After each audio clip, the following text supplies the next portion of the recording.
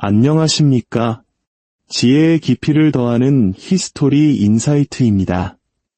역사 속에서 거대한 제국들은 어떻게 무너졌을까요?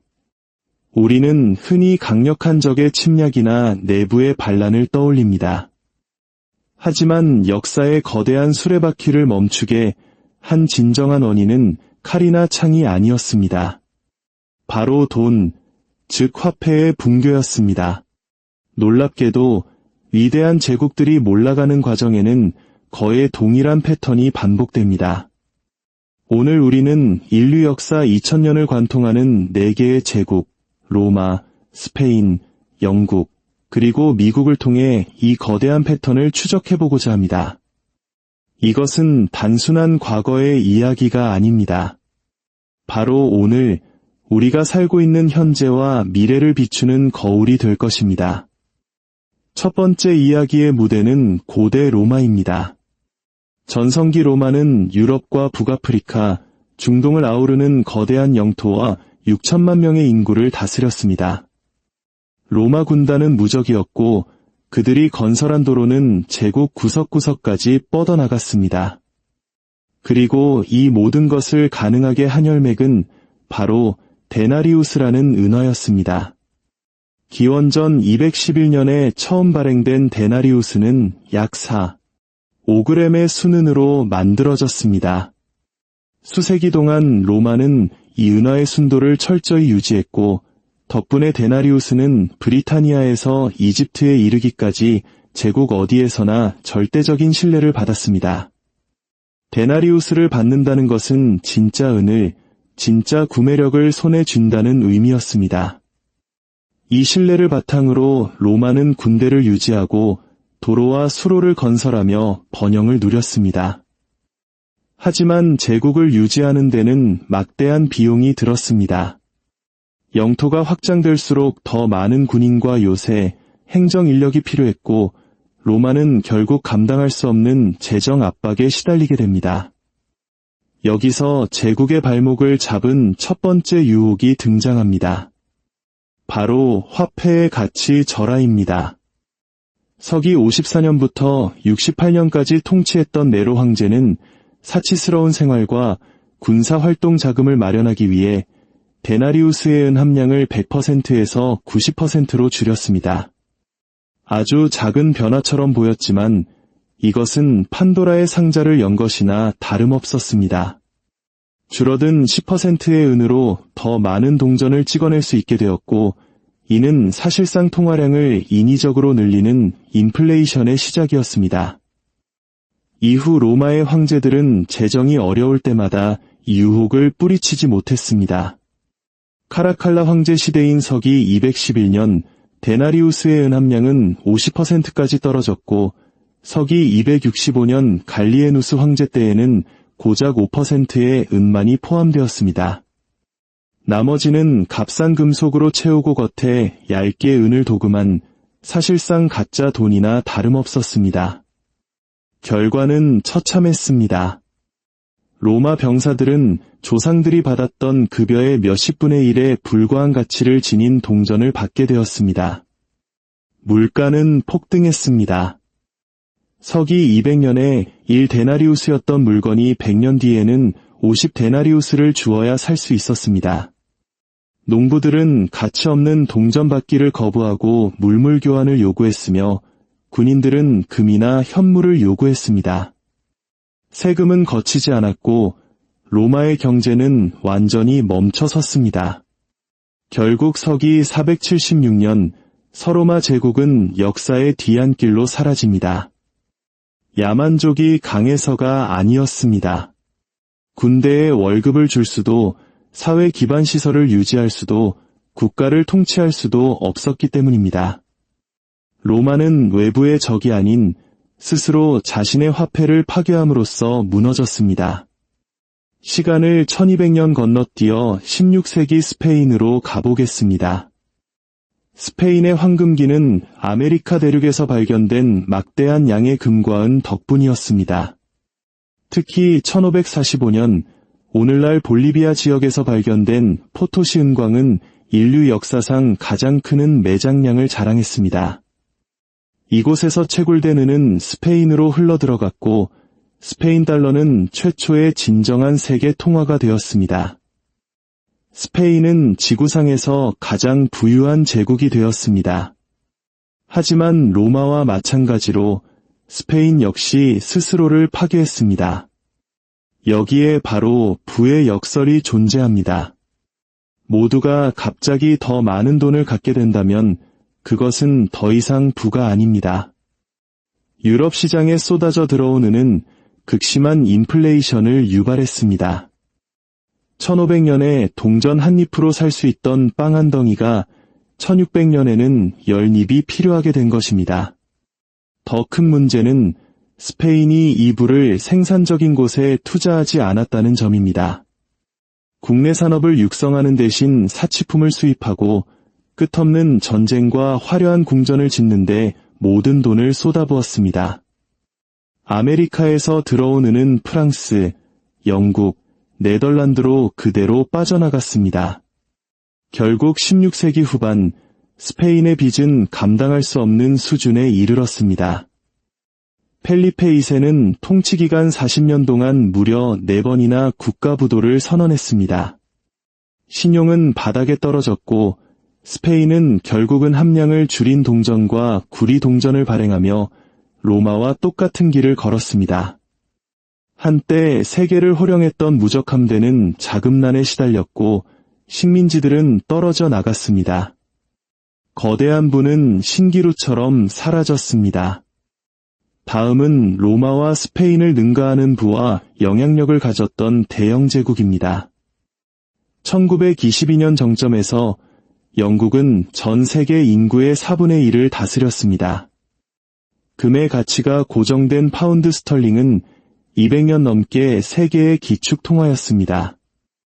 전 세계 무역의 60% 이상이 파운드화로 결제될 만큼 그 신뢰는 절대적이었습니다. 이 모든 것을 바꾼 것은 바로 제1차 세계대전이었습니다.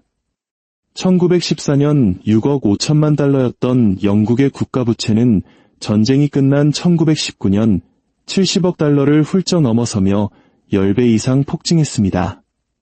전쟁 비용을 감당하기 위해 영국은 근본이자를 포기하고 정부의 약속만을 담보로 돈을 찍어내기 시작했습니다. 파운드화는 더 이상 금이 아닌 신용화폐가 된 것입니다. 제2차 세계대전은 영국의 상황을 더욱 악화시켰습니다. 1945년 영국의 부채는 GDP의 270%에 달했습니다. 도시는 폐허가 되었고 경제는 산산조각 났습니다. 이때 세계 경제의 패권은 완전히 새로운 강자인 미국으로 넘어가게 됩니다. 1944년 브레튼-우즈 협정을 통해 미국 달러가 파운드화를 대체하는 새로운 기축통화로 등극했습니다. 영국이 제국의 해질녘을 맞이하고 있을 때 지구 반대편의 대한민국은 전쟁의 폐허 속에서 한강의 기적을 이루며 떠오르고 있었습니다. 역사의 아이러니가 아닐 수 없습니다. 영국은 잃어버린 영광을 되찾기 위해 노력했지만 매번 실패했고 파운드화의 가치는 계속 하락했습니다. 식민지들은 정복당해서가 아니라 영국이 더 이상 그들을 유지할 돈이 없었기 때문에 독립했습니다. 1970년대 영국의 물가 상승률은 25%에 달했고 결국 국제통화기금 IMF의 구제금융을 받는 처지가 되었습니다. 해가 지지 않는 나라는 외부의 공격이 아닌 막대한 빚과 통화 실패로 인해 무너졌습니다. 그리고 이제 오늘의 주인공인 미국입니다. 1944년 이후 미국 달러는 세계의 기축 통화 자리를 굳건히 지켜왔습니다. 초기에는 1온스당 35달러로 금과 교환을 보장해 주었기 때문에 전 세계는 달러를 무한히 신뢰했습니다. 하지만 로마와 영국처럼 미국 역시 버는 것보다 더 많이 쓰기 시작했습니다. 베트남 전쟁, 각종 복지 정책, 전 세계에 800개에 달하는 군사기지를 유지하는데 천문학적인 돈이 들어갔습니다. 1960년대가 되자 프랑스를 비롯한 여러 국가들이 달러를 가져와 금으로 바꿔달라고 요구하기 시작했습니다. 미국의 금 보유고는 급격히 줄어들었고 1971년 닉슨 대통령은 결국 달러의 금태환 중지를 선언합니다. 이른바 닉슨 쇼크입니다. 이 순간 달러는 오직 미국 정부에 대한 신뢰 하나만으로 가치가 유지되는 순수한 신용화폐가 되었습니다. 미국의 국가부채는 눈덩이처럼 불어났습니다. 1980년 9천억 달러였던 부채는 2020년 27조 달러를 넘어섰고 2025년에는 36조 달러에 이를 것으로 예상됩니다. 불과 45년 만에 40배가 증가한 것입니다. 특히 2020년 팬데믹 기간 동안 연방준비제도는 지난 100년간 찍어낸 돈보다 더 많은 돈을 단기간에 찍어냈습니다. 그 결과는 우리 모두가 알고 있습니다. 극심한 인플레이션입니다. 국가의 통화 가치가 무너지고 신뢰를 잃는다는 것이 얼마나 고통스러운 일인지 우리 한국인들은 1997년 IMF 외환 위기를 통해 뼈저리게 경험했습니다. 현재 미국은 그 길을 정확히 따라가고 있습니다. 전 세계 중앙은행들이 보유한 외환 중 달러의 비중은 2000년 70%에서 현재 58%까지 떨어졌습니다. 브릭스 국가들은 달러를 대체할 새로운 무역 시스템을 만들고 있습니다. 이 모든 것은 로마와 스페인이 겪었던 실수들을 그대로 반복하는 것입니다. 이 패턴은 명백합니다. 모든 제국은 7단계를 거쳐 경제적으로 붕괴했습니다. 첫째, 압도적인 지배. 둘째, 과도한 영토 및 군사 확장. 셋째, 재정 적자 심화. 넷째, 화폐 가치 절하. 즉, 돈 찍어내기. 다섯째, 인플레이션. 여섯째, 신뢰의 상실. 그리고 마지막 일곱째, 붕괴입니다. 로마, 스페인, 영국, 그리고 현재 미국. 시대와 대륙, 화폐는 모두 다르지만 이들을 관통하는 경제법칙은 동일합니다.